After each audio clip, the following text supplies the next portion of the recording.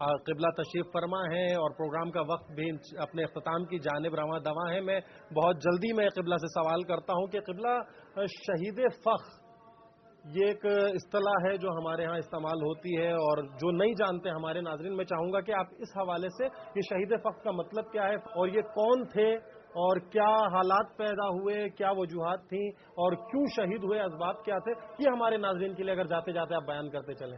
بہت عمدہ سوال کیا آپ نے شہید فخر کے عنوان سے. تاریخ اسلام میں واقعہ کربلا کے بعد اہل بیت علیہ الصلوۃ والسلام کے لیے تلخ ترین واقعہ یہی واقعہ فخر ہے کہ جس میں خاندان حضرت امام حسن مجتبیٰ کے سلسلے سے تعلق رکھنے والے حسین بن علی بن حسن بن علی ابن ابی طالب، ان کو شہید کیا جاتا ہے.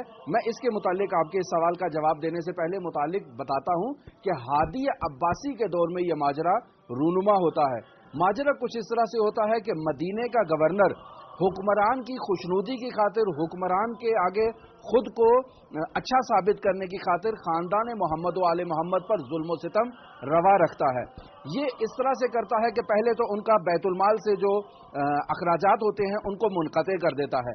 پھر اس کے علاوہ ان پر یہ پابندی عائد کرتا ہے کہ ہر روز وہ دارالامارہ میں آئیں گے اور باقاعدہ آ کر اپنی حاضری لگوائیں گے، اور اگر کوئی شخص نہیں آتا تو اس کو کسی دوسرے کا ضامن بنایا جاتا ہے کہ اگر وہ نہیں آئے گا تو اس کے ضامن کو سزا دی جائے گی. ماجرا کچھ اسی طرح سے ہوتا ہے کہ یہ حسین بن علی اور ان کے ساتھ ایک اور خاندان بنی ہاشم کی بزرگ شخصیت بالآخر یہ جب جاتے ہیں تو یہ کسی کے ضامن ہوتے ہیں. جس کے یہ ضامن ہوتے ہیں وہ کسی مجبوری کے تحت نہیں پہنچ پاتا، تو نتیجہ یہ نکلتا ہے کہ گورنر مدینہ جو ہے وہ ان کو تنبیہ کرتا ہے، ان کو سزا دیتا ہے. اور ہادی عباسی کی فسق و فجور سے متعلق ان لوگوں نے پہلے سے یہ پلان کیا ہوتا ہے کہ ہم مکہ میں جائیں گے حج کے ایام میں اور وہاں امت اسلامی کو باقاعدہ آگاہ کریں گے کہ ایسے فاسق انسان کا مسلمانوں کے اوپر حکومت کرنا جواز نہیں رکھتا ہے. لیکن جب یہ ماجرا پیش آتا ہے تو یہ حسین بن علی باقاعدہ حسن بن علی باقاعدہ مدینے میں اعلان کرتے ہیں کہ ہم جو ہیں وہ اس ظالم حکمران کے خلاف قیام کرنا چاہتے ہیں. ایسے میں تمام مدینے والے ان کو سپورٹ کرتے ہیں اور فوراً لشکر تیار ہو جاتا ہے. امام موسیٰ کاظم انہیں ان کے قیام سے متعلق آگاہ کرتے ہیں کہ آپ اگر قیام کریں گے تو شہید کر دیے جائیں گے، لیکن یہ جان لیں کہ خداوند متعال آپ کے ساتھ ہے. اور ہوتا بھی ایسے ہی ہے. جیسے ہی یہ کاروان حرکت کرتا ہے مکہ کی طرف جانے کے لیے تاکہ مسلمین کو اس فاسق حکمران کے فسق سے متعلق آگاہ کرے، فوراً ہادی عباسی اپنا لشکر بھیجتا ہے اور انہیں فخر نامی مقام کے اوپر تمام لشکر کو وہاں پر شہید کر دیا جاتا ہے اور ان کے جنازوں کو دفن کرنے کی اجازت نہیں دی جاتی ہے.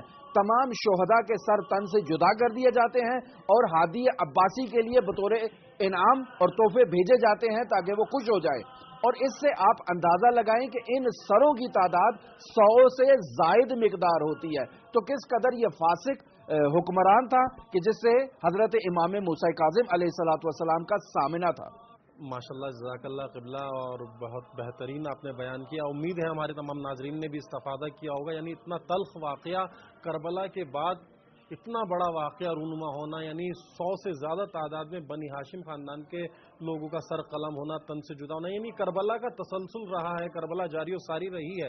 یعنی یوں کہہ لیجئے، 4 مصرے پیش کرتا ہوں آپ تمام ناظرین کے لیے کہ خدا بھی ناز کرے ایسی بندگی ہوگی، خدا بھی ناز کرے ایسی بندگی ہوگی، بدن کی قید سے آزاد زندگی ہوگی. یہ دشت کرب و بلا ہے سو اس کا ہے دستور، یہ دشت کرب و بلا ہے سو اس کا ہے دستور.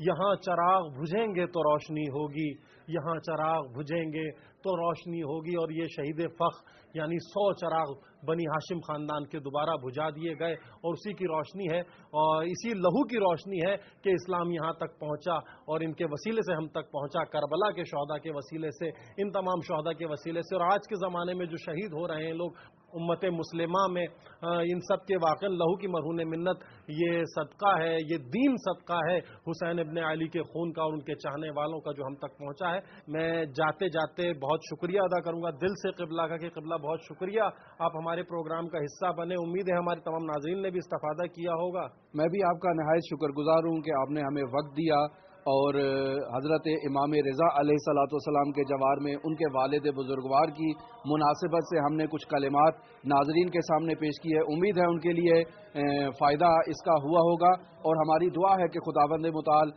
حضرت امام رضا علیہ آلاف و تحیت و ثنا کے جوار سے آپ تمام مؤمنین کو اور ہمیں درست انداز میں استفادہ کرنے کی توفیق عطا فرمائے. امام زمان کے ظہور میں تعجیل فرمائے.